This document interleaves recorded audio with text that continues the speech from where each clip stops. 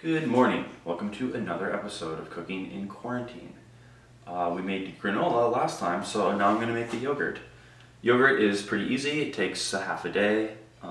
There's basically 3 steps. Simmer some milk, cool the milk, add some yogurt, and then let it ferment in a warm place for 8 to 12 hours, depending on how sour you like it to be. So, first things first, I am bringing a quart of milk up to a simmer. I'm going to use an Instant Pot to keep it warm while it ferments, but you can use a thermos or even a cooler or any other container. Sometimes people can do it in an oven that's turned off. Somewhere we can insulate warmth around 90 to 110 degrees for 8 hours or so.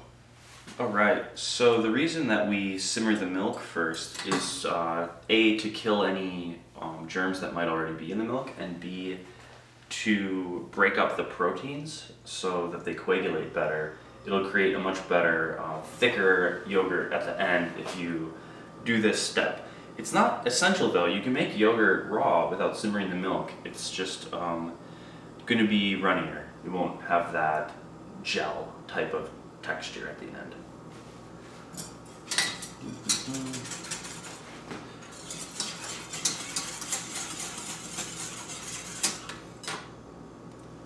180 degrees is roughly the temperature of a latte steamed milk. So you kind of look for that latte texture if you don't have a thermometer. It's really like just at a simmer right below boiling temperature. If it does come to a boil, that's not ideal because it'll further break up the sugars and proteins a little bit more than you'd prefer, but it's still fine. I've had it boil and cool it off and still made yogurt all the same. So I've got a ice bath here so that I can cool it more quickly, mostly just because I'm impatient, but after you've brought it up to 180 or so, then you want to bring it back down to 115 before you add the yogurt. Right now if I added the yogurt it would kill it. Obviously pasteurization happens above 140, so it's got to be cool enough to keep the yogurt alive. And that ideal temperature is about 115. So let it sit in this ice bath for a while until it comes down.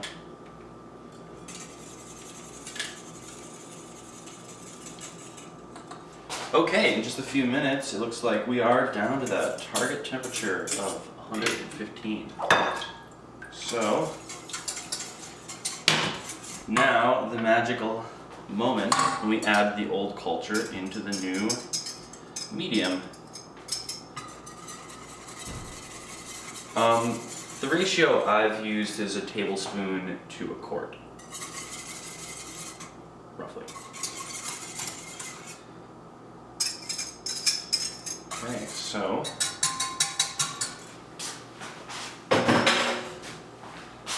hopefully everyone gets along in there and they do what I want them to do. If you happen to have an Instant Pot, there's a yogurt setting, which essentially just holds anything at about 110 degrees, which is perfect not only for yogurt, but sourdough and other fermentations as well. So we're using that a lot. You can decide if you want like 8 hours, 10 hours, 12 hours. That's sort of the spectrum of sourness. I like it sour, I'm going to go for 12 hours. Your mileage may vary. You can taste test it at 8 hours and decide if you like it or if you want to leave it in a little bit longer. Okay, check back in 12 hours. Thank you. Okay, let's take a look at the yogurt. So I took it out after 12 hours, put it in the refrigerator. It isn't as thick as it could be. I'm not sure what the distinction is. Sometimes it just sort of yogs, and becomes more thick, gelatinous, and sometimes it stays a little bit more liquid. But in either case, it's delicious, and it doesn't have anything added to it, no sugar, nothing. It's quite simple. Of course, you could add frozen berries or whatever you want, honey. And the granola is also quite good, and they are wonderful together. So there you have it.